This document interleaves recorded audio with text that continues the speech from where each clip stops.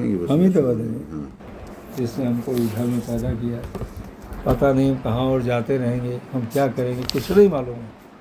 कि कोई तो नियंत्रक हमारा है जो कर्मफल के अनुसार हमको भेज रहा है, कर्मफल के हिसाब से हमको दे रहा है। तो अपने को सराहना चाहिए उसमें। आखिर हमारा स्कूल में जन्म हुआ, इतनी अच्छी शरीर मिली, परिवार मिला, बुद्धि भगवान ने दिया, तो पक्षपात तो करेगा नहीं। जो हमने कर्म किया था उत्तम कर्म, उसका फल उन्होंने इस रूप में दिया। यही शास्त्र कहता है, परिवार के रूप में, शरीर के रूप में, पद के रूप में, प्रतिष्ठा के रूप में, कुल खानदान के रूप में, ये मात्र उसके कर्मों से मिलता है। तो आपने अब ये अक्रिय सराहे, आपने कितनी कृपा किया हमारे ऊपर कि आपने हमको किया भूल, लेकिन हमारी प्राणों की रक्षा आप ही करेंगे, आप ही दुखों को भी दूर करेंगे।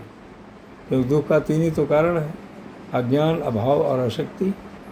अज्ञान दूर होगा तो दुख अपने आप ही दूर हो जाएगा, कमजोरी हटेगी दुख जाएगा, अभाव कम होगा दुख जाएगा।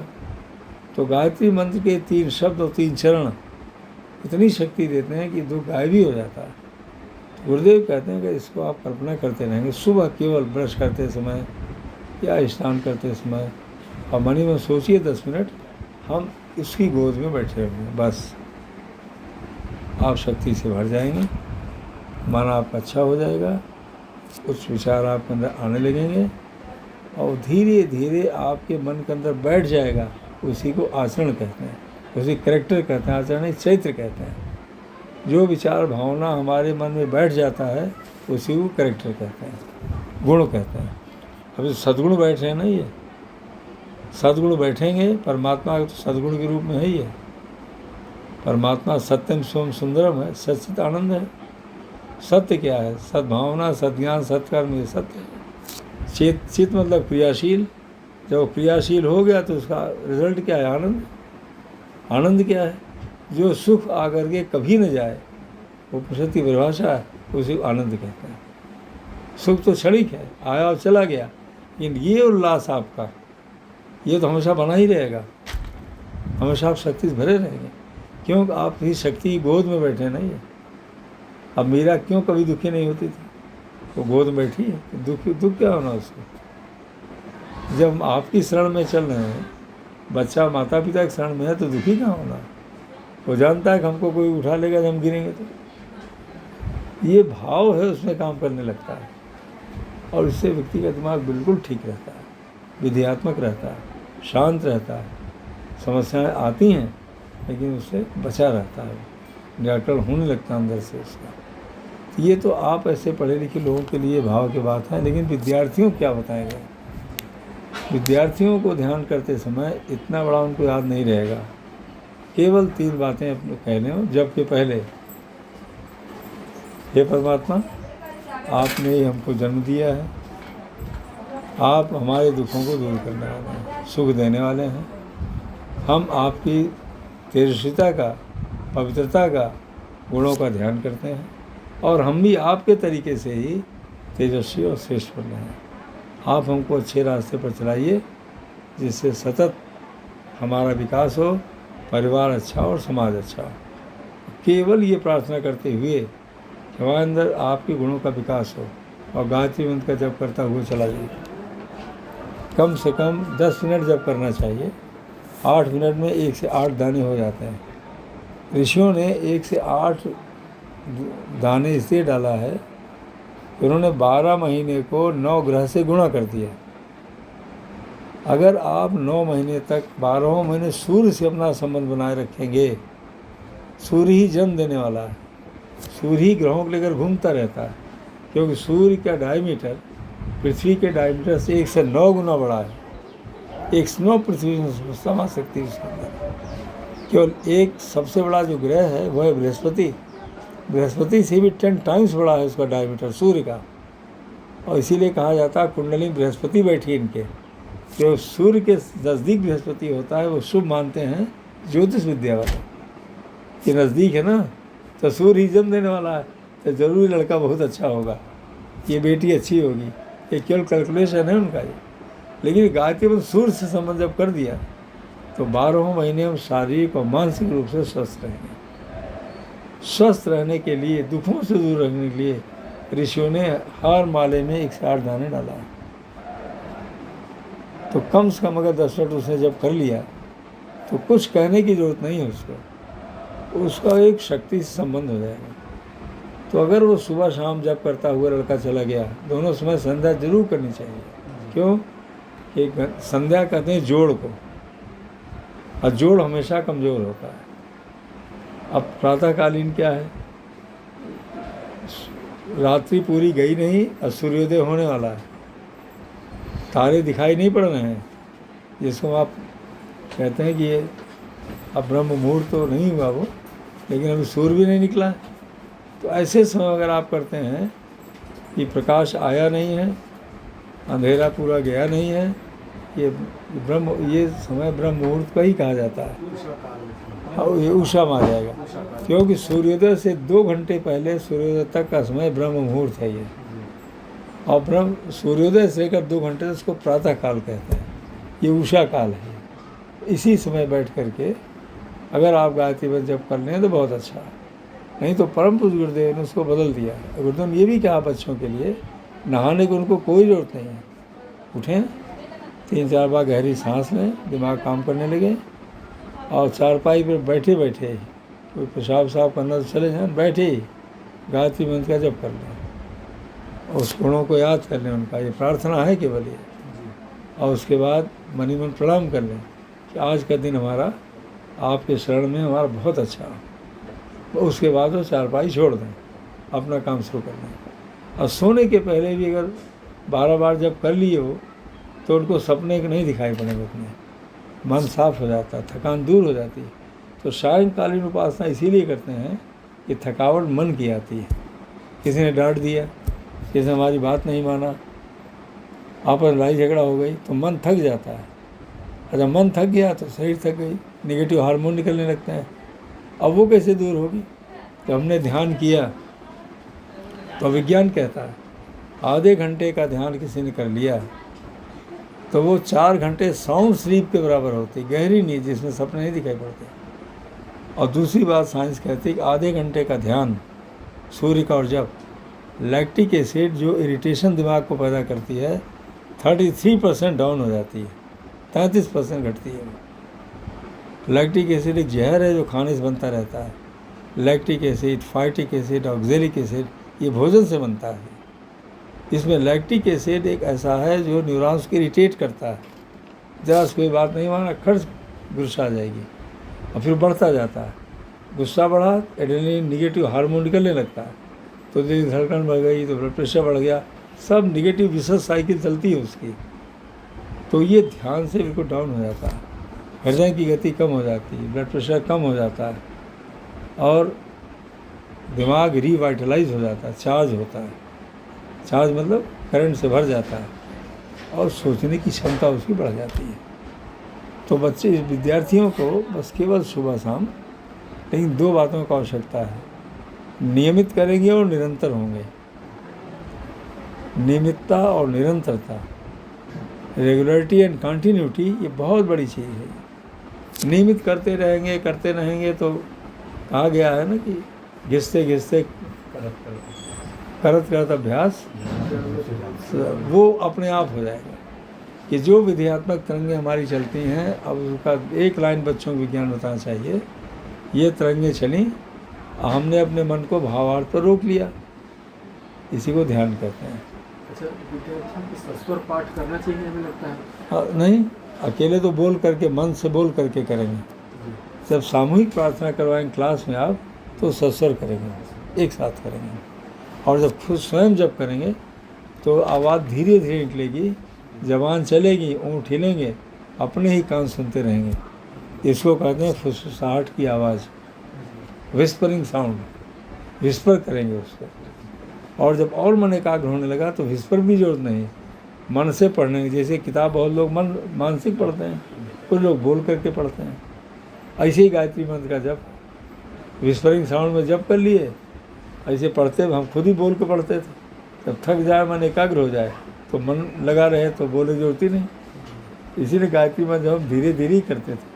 अब धीरे धीरे जब आदत पड़ गई तो मन से करने लगे, बोलने की जरूरत ही नहीं, वो तो अभ्यास से होता है सब ये।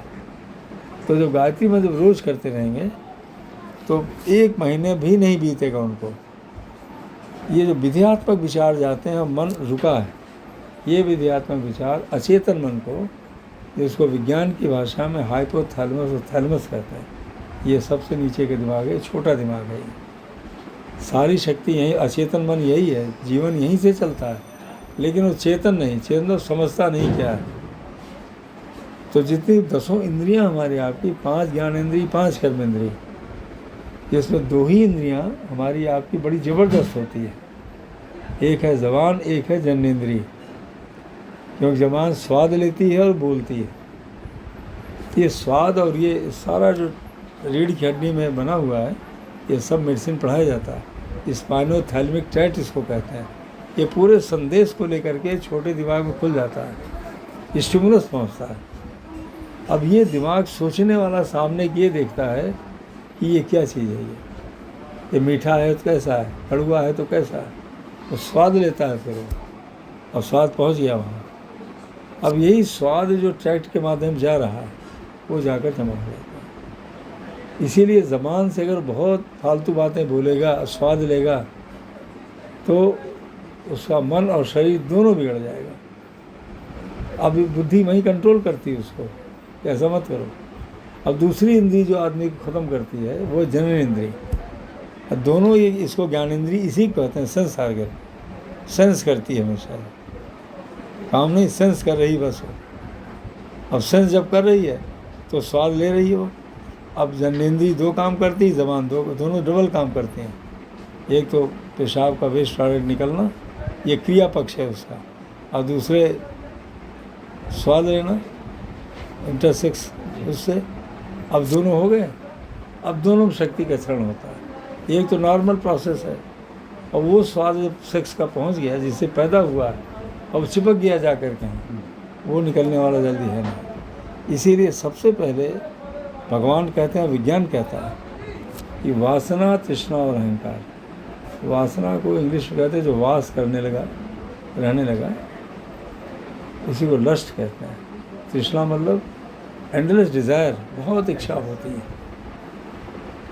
अहंकार मतलब ईगो, कि मैं जो कर रहा हूँ वही ठीक, किसी की अच्छी बात भी न सुनना, न समझना, अपने को सब पर हावी कर देना, दूसरे की इज्जत न करना अपने सामने, ये सब अहंकार का प्रदर्शन है ये। अब ये तीनों शुरू होता वासना से। ये जो छाप पड़ती है अचेतन मन के ऊपर, ये आज की नहीं है, ये जन जन्मांतर की है। इसीलिए जिस समय बच्चा पैदा होता है वो आप उंगली चूसता है, और उसके बाद माँ का स्तनपान करने लगता है।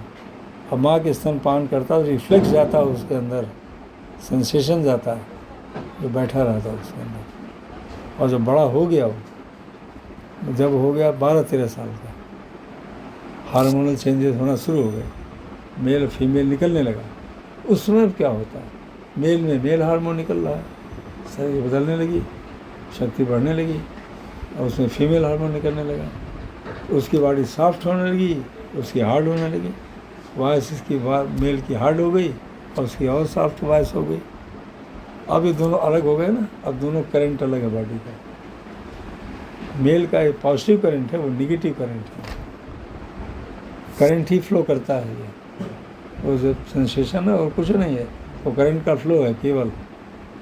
तो जब ये पुरुष महिला को टच कर दिया, फट स्लो करे करंट और खींच लेता है। अब खींच गया अगर वो, तो खींचने पर और कुछ थोड़ी होगा, सेक्स स्टिमुलेट होने लगता है। अब ये सेंसेशन गया थैलेमस को, थैलेमस भेजा पिट्यूटरी को, पिट्यूटरी मास्टर ग्लैंड है, और मास्टर ग्लैंड जो हार्मोन निकला उसने तुरंत टेस्टिस को सूचना दिया और टेस्टोस्टेरोन पैदा होने लगा। फिर उसका क्रम चल गया, तो बॉडी पूरी केमिकल्स की है, इरेक्शन शुरू हो जाएगा, रेडिएटिव डिस्चार्ज शुरू हो जाएगा। अब इसको कहते हैं लिबिडो, और वहीं इच्छा पैदा हो गई। अब अगर वहाँ पर विवेक ना आया तो वहीं शक्ति का क्षरण हो जाएगा, ख़त्म हो जाएगा। पहले ऋषियों ने इसीलिए जैसे ही 10-12 साल लड़का हुआ, लड़कों पर ज़्यादा ध्यान देते थे, लड़कियों पर इतना ही देते थे कि वो दूर रहे, शालीनता से रहे, ऐसी रहे वैसी रहे। क्योंकि ज़्यादा शक्ति का क्षण हमेशा लड़कों के अंदर होता है, वो डोमिनेंट बच्चे होते हैं और वो रिसेसिव होती हैं हमेशा। अब लड़कों को करने की यज्ञोपवीत संस्कार आ गया, गायत्री मंत्र का जप आ गया। ब्राह्मण के बालक में शास्त्र कहता ब्राह्मण के बालक को 8 वर्ष में यज्ञोपवीत हो जाना चाहिए, और कंधे पर डालते हैं गायत्री मंत्र इसीलिए कि विवेक का शरण में तुम बने रहोगे। वो विवेक तुमको पैदा करेगी, वही मत करो इसको, मत करो इसको। तो गायत्री मंत्र का जप करने से क्या हो जाता है कि बार बार श्रेष्ठ विचार मन पर जाते हैं, और जो ये बैठी हैं सब बातें, पार्श्विक प्रवृत्तियाँ, वो हटते हैं। क्योंकि बेसिकली हमारी वृत्ति नहीं है ये, हम तो मनुष्य हैं, लेकिन बैठी है, कई जन्मों से बैठी है, तो बैठी है। तो गायत्री मंत्र उसको निकालता है, क्योंकि हम लोग बेसिकली पॉजिटिव हैं, निगेटिव नहीं है। तो पॉजिटिव निकल गया और निगेटिव उसी का अपना आप, निगेटिव निकला पॉजिटिव आने लगता है, आलस दूर करने लगती है, खुद ही पुरुषार्थ पैदा हो जाता है। वही मन कहने लगता है, अरे भाई तुम ये क्या कर रहे हो तुम ये। तो गायत्री मंत्र खास बात है कि थोड़े दिनों के बाद वो रिपेंट करवाने लगती है, पश्चाताप करवाती है अंदर से। आप किसी लड़के से पूछिए, अगर झूठ बोला और जब कर रहा है वो, थोड़ी देर माने, थोड़ी देर 1 आध महीने में होगा, अरे बेटा झूठ क्यों बोलते हो भाई तुम तो करते कुछ हो और बोलते कुछ हो। तो अंदर वाला जब धिक्कारना शुरू कर देता है तब वो तुरंत मान जाता है, लेक्चर नहीं मानता। तो गायत्री मंत्र अंदर से पश्चाताप करवाती है, और वो पश्चाताप करवा कर, वो इंग्लिश रिपेंटेंस कहते हैं, उसको छुड़वा देती है। ये एक वैज्ञानिक प्रक्रिया है जो बच्चों में होता है। फिर कभी पूरा आपको 4 रिएक्शन होता है विज्ञान के नाते इसमें। पहला लर्निंग होता है, उनके गुण मन में याद हो जाते हैं। जब याद हो गया तो अंदर बैठ जाता है, उसको कहते हैं रिटेंशन, लर्निंग एंड रिटेंशन। और जब गुण मन में बैठ गया तो स्वभाव बदलने लगता है, आचरण मानने लगता है, धीरे धीरे धीरे। जैसे हम पवित्र, हम कह रहे हैं हम भी पवित्र होंगे। पवित्र का मतलब वो हमारी बहन है, हमारी बेटी के तरीके से, हमारी माँ के तरीके से, हमारा भाई है, यही पवित्र विचार है। तो जहाँ हमने इसको अपनी बहन, अपनी बेटी माना तो मन अच्छा हो जाएगा। अपनी बेटी से कौन सोचता, अपनी सगी बहन से कौन सोचता, कोई नहीं सोचता। आँखें वही हैं, मन बदल गया तो ठीक हो गया। इस स्टेज आती है रिटेंशन के बाद। अब करते करते तीसरी अवस्था खुद ही मन में आएगी, उसको रिकॉल कहते हैं। मन साफ होने लगा, कितनी शक्ति उसके अंदर, अच्छी बातें बैठी हैं, जो भूला हुआ है वो याद आएगी, कई जन्मों की याद आएगी उसको। अरे हम तो बहुत बड़ा काम कर सकते हैं, उन्होंने किया तो हम क्यों नहीं कर सकते। मतलब कॉन्फिडेंस डेवलप होना उसके अंदर अपने आप में शुरू हो जाता है। और फिर चौथी स्तर है, उसको कहते हैं रिकॉग्निशन, सत्य का बोध हो जाता है। अब बोध होते ही फिर अब हमने बात को समझ लिया, रिकॉग्नाइज कर लिया, इसी ज्ञान कहते हैं। जो बोध अवस्था आती है, मेडिकल साइंस का फिजियोलॉजी, अगर कोई रिपीट करता है, इसको साइकोडायनेमिक्स कहते हैं। ये डायनेमिक्स प्रक्रिया मन में लगातार चलती रहती है। अब इसके पीछे हार्मोन्स क्या निकलते हैं ज़रूर जानना चाहिए। जब हम आप करना शुरू करते हैं, आधे घंटे के आप 15 मिनट कर लें, आप बच्चा कर ले, मन शांत होगा। अब मन शांत होने से, विधेयात्मक जाने से जो पहला हार्मोन निकलता है वो एसिटाइलकोलिन, रेस्ट हार्मोन कहते हैं। उसके निकलने से स्मरण शक्ति का विकास होने लगता है। स्मरण शक्ति 2 चीज़ों से बनती है, लर्निंग एंड रिकॉल। हमने अभी चैप्टर पढ़ा, लेकिन समय पर याद आ गया हमको। जब याद अगर नहीं आता, इसी कहते हैं इसकी मेमोरी कमज़ोर है, अभी याद नहीं कर पा रहा है। तो ये इसी शक्ति को बढ़ाती है दिमाग की। दिमाग इसी रसायन से काम करता है, विचारों से काम करता है। तो ये श्रेष्ठ विचार और श्रेष्ठ रसायन हो गया। अब तीसरी हार्मोन निकालना, इसी के साथ निकलना, इसको सेरोटोनिन कहते हैं। बिल्कुल मन प्रसन्न रहेगा, शांत हो जाएगा मन, इधर विधेयात्मक, इधर शांत, इंट्यूशन आना शुरू हो जाएगा। इंट्यूशन क्या चीज़ है? हम कुछ भी सोच नहीं रहे, अंदर से एक विचारों की फट से उछाल पैदा हो गई बिना सोचे हुए, उसी को इंट्यूशन कहते हैं। इंट्यूशन अंदर से कोई पढ़ाता है, बाहर वाला ट्यूशन नहीं हो रहा है, अंदर की वो उस बात को हटा रहा है उसी को। ये इंट्यूशन है ये, इसीलिए इंट्यूशन ही काम करता है।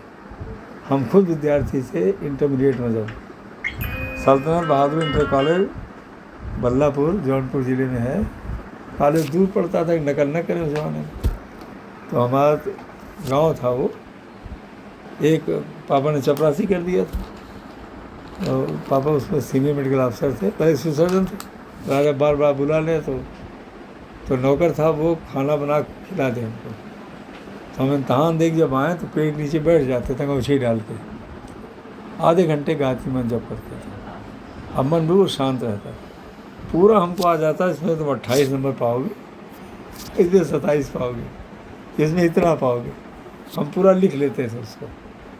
और जब मार्कशीट आई तो उतनी ही आई, किसी में 2-1 ज़्यादा हो, किसी में कम हो गया, सब में बराबर हो गए थे। और ये इंट्यूशन वही आता था पूजा के समय बैठे बैठे। अब मन शांत है तो आ गया, अब क्या घबराना, अभी हो गया तो हो गया।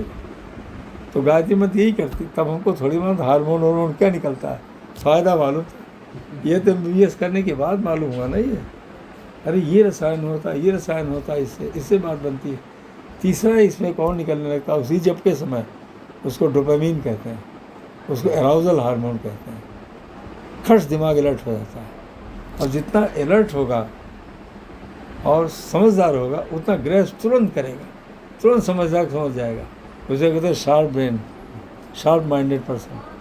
समस्या आई, फट सोच लिया ये करना हमको। ये केवल विद्यात्मक होने से, अच्छे रसायन निकलने से होता है। ये हर लोग, इस सब के लिए खुला है ये रास्ता, मानव मात्र के लिए खुला है। तो अगर वो नियमित करने लगे तो ये लाभ उसको मिलेगा।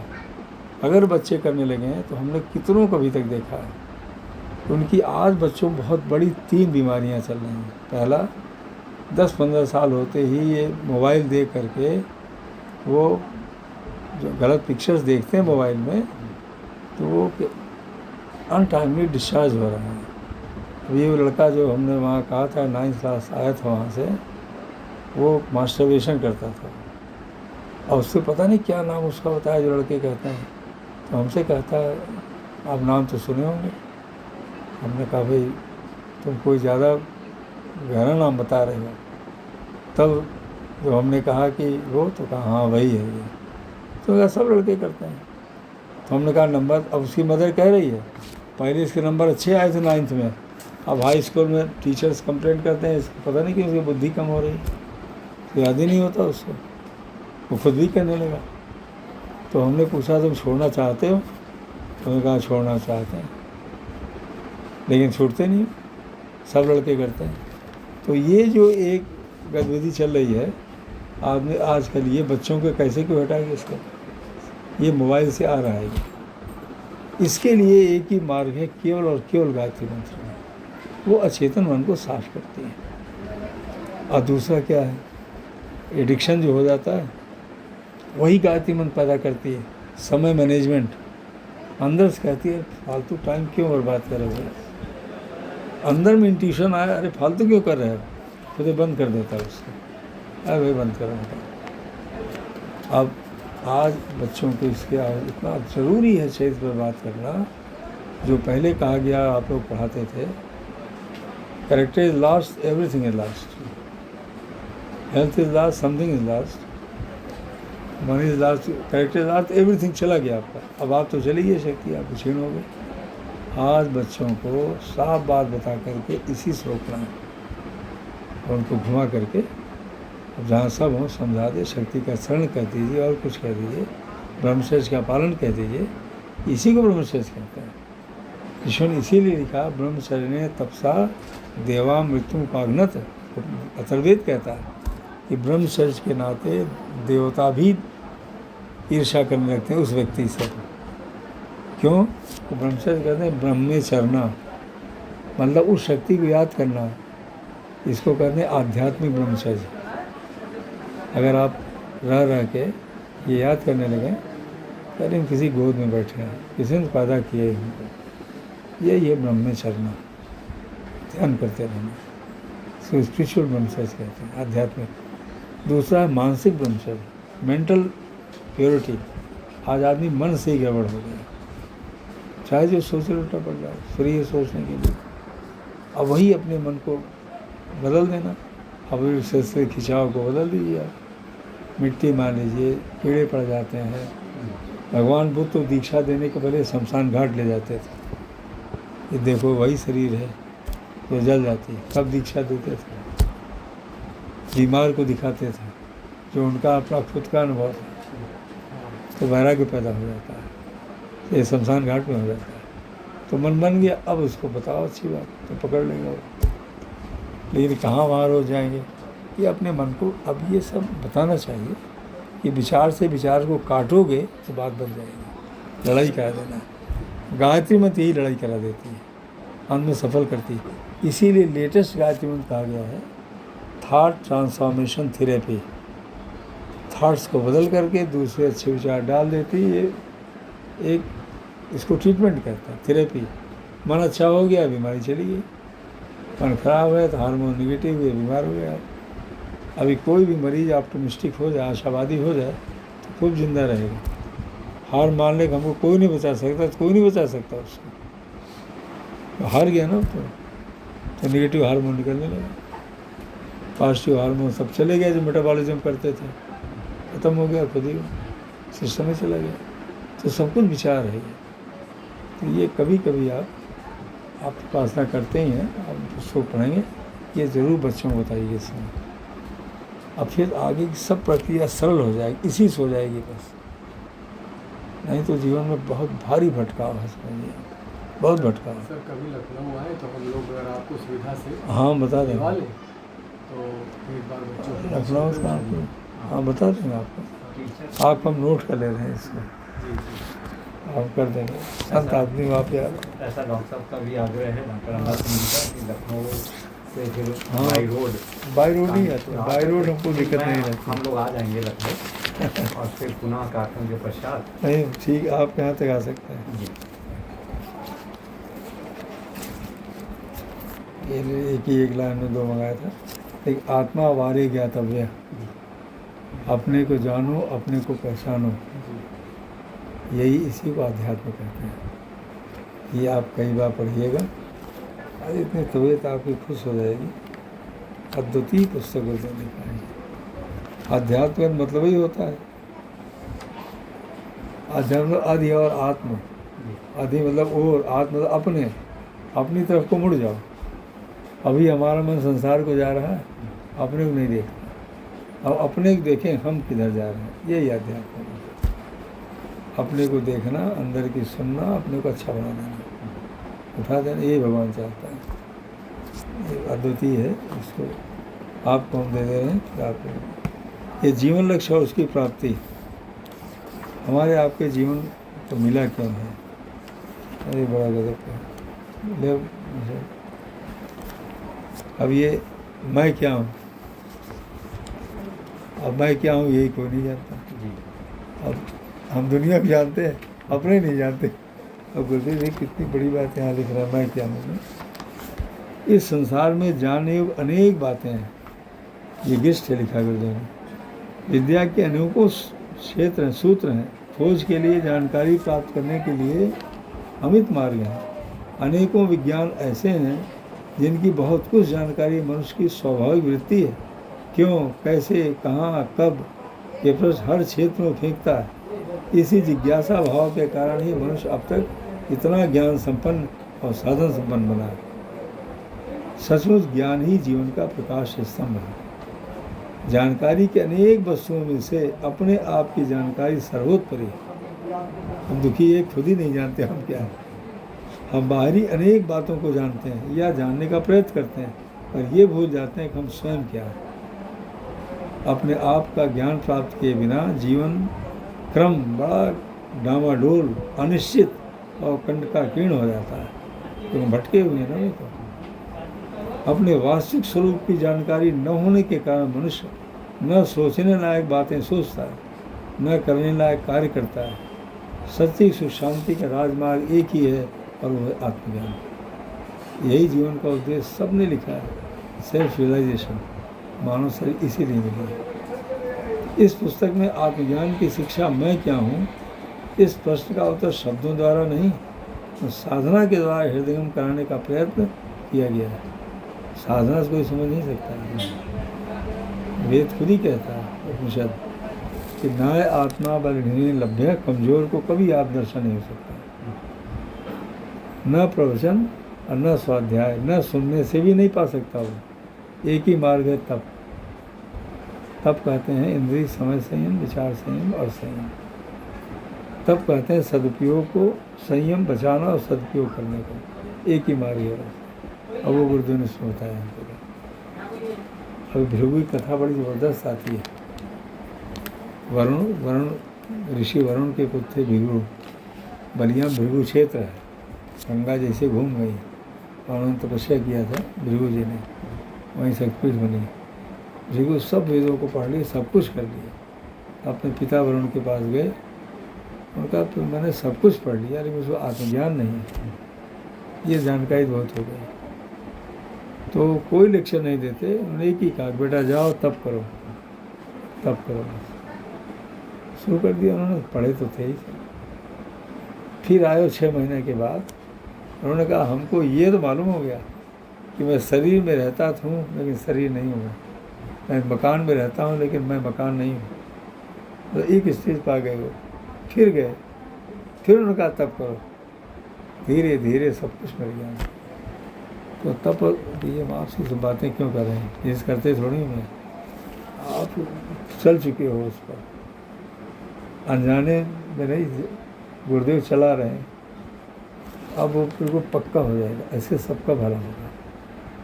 आपका सबका, मैं क्या हूँ आप लीजिए। ये आंतरिक उल्लास का विकास, सारी प्रसन्नता अपने अंदर है, ये पढ़ना और यही जाके ले लेना। बस नंबर हमने नोट कर लिया, इसी में कहिए। अरे यार डबल ले ही आए हैं, बड़ा अच्छा किया मैं। अब एक आप रख लीजिए, एक आप रख लीजिए, दे दिए। आप इसको लेना, चारों आप इसको लेना।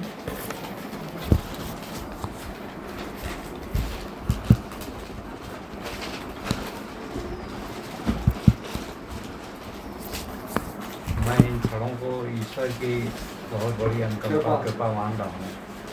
अरे हमको मानो, हमको कोई मिले नहीं यार, ये समझो ना। दुनिया की बात सब करते हैं, सच्चाई तरफ कोई नहीं जाना चाहता।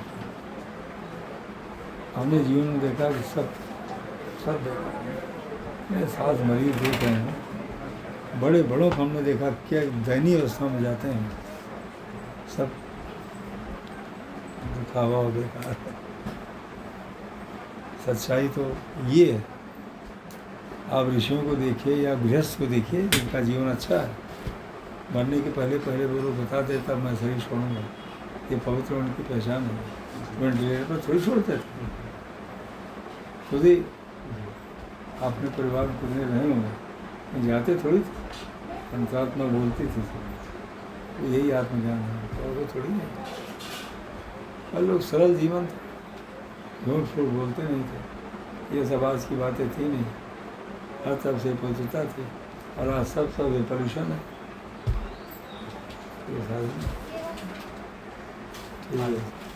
आप लोग मिल गए और अच्छा लगा, हम शेयर कर लेंगे।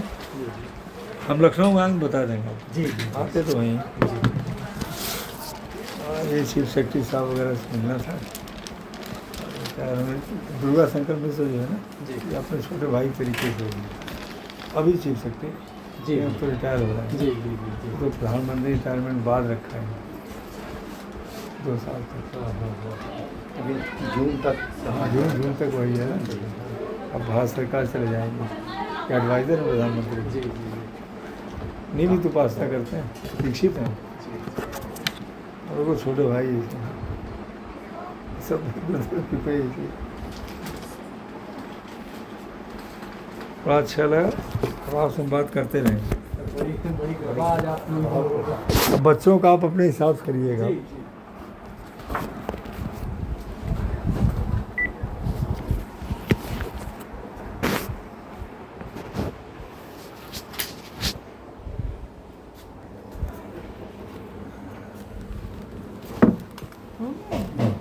नहीं बंद करो, बंद नहीं होगा। नहीं देखिए।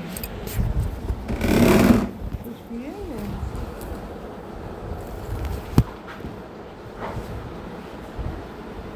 आया था श्याम ही करता और वो दे गया हाँ, बतासा। कहाँ है? अंदर क्यों होगा? कोई बताशा लाया था? अरे बीना, अरे विनीता,